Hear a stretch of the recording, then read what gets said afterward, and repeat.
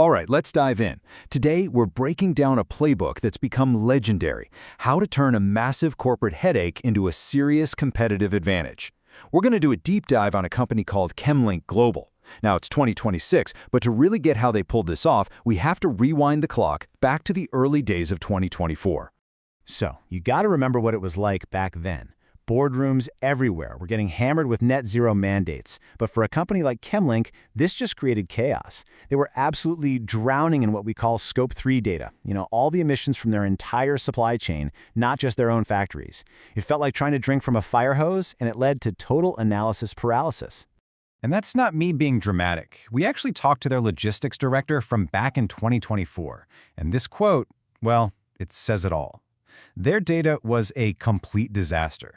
This was the starting line for so many mid-sized companies. They had this big mandate from the top, but on the ground, the operational teams just didn't have the data or the tools to do anything about it. They were just stuck.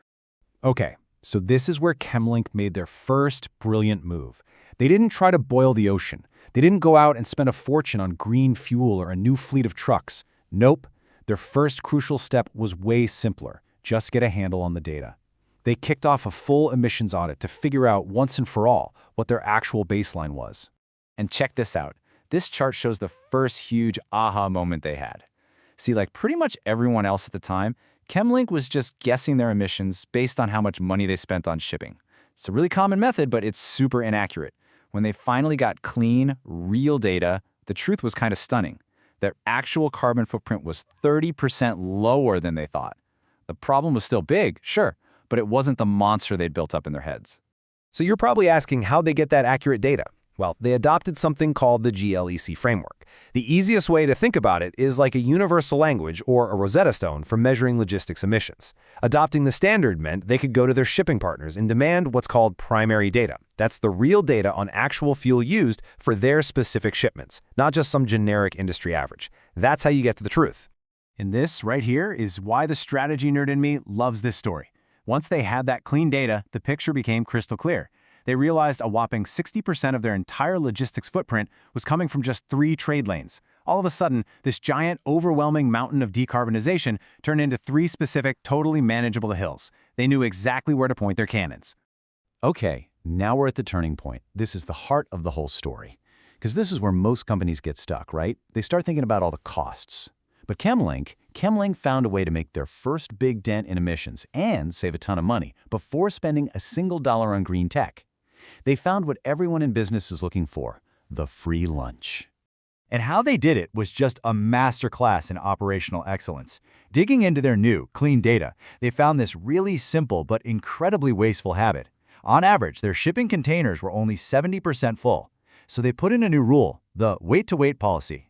It basically meant they'd hold some shipments for a short time until they could be consolidated into a full load.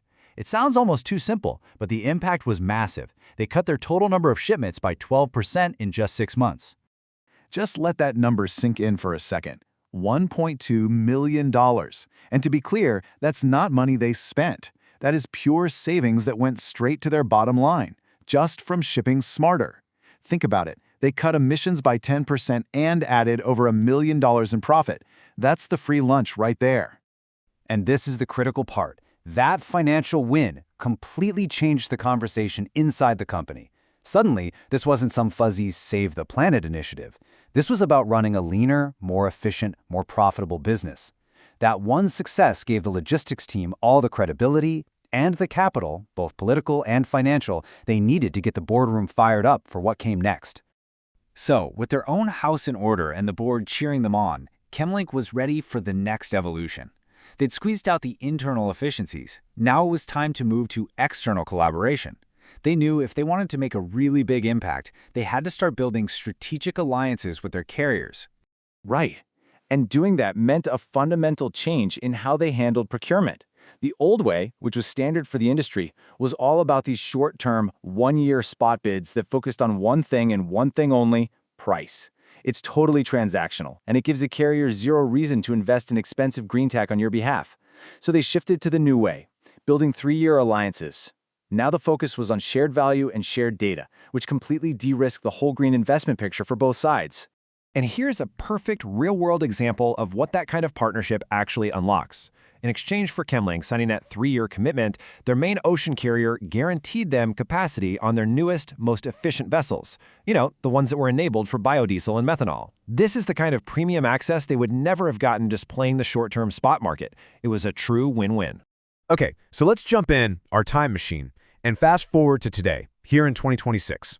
Because this is where all those smart foundational decisions they made back in 2024 really start to pay off big time. This is how they built an actual lasting competitive advantage that their rivals are, frankly, still scrambling to catch up with. So by late 2025, ChemLink was ready to get even smarter. They layered on an AI-powered system that created a carbon digital twin of their supply chain. I mean, how cool is that? It's basically a virtual copy of their entire network. This system could predict and flag high-carbon risks like port congestion up to 48 hours in advance, giving them time to reroute. They went from just measuring what happened in the past to actively shaping a cleaner future. But this was the checkmate move. This is what truly set them apart from the pack. They built this incredible, predictive data engine, and then they basically gave it away.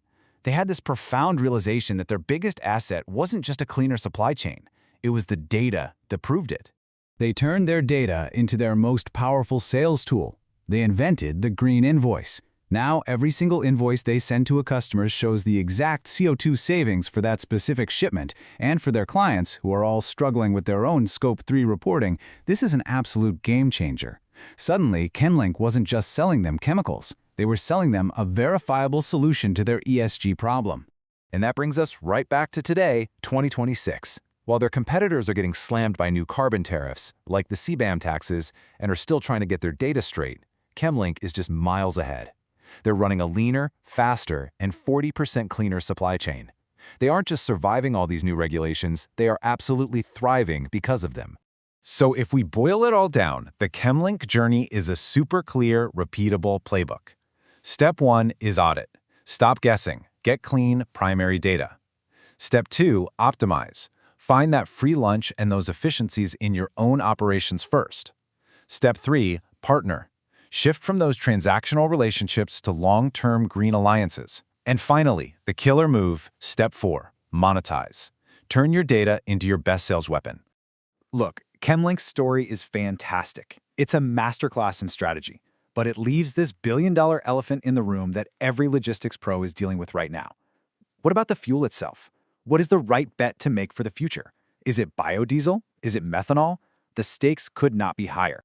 So in our next explainer, we are cutting right through all the hype. We're going to give you the essential briefing on which green fuels are actually ready for prime time in 2026, and more importantly, how you can secure your supply. Seriously, if you are planning your fuel strategy for the next 5 years, this is a conversation you absolutely cannot afford to miss.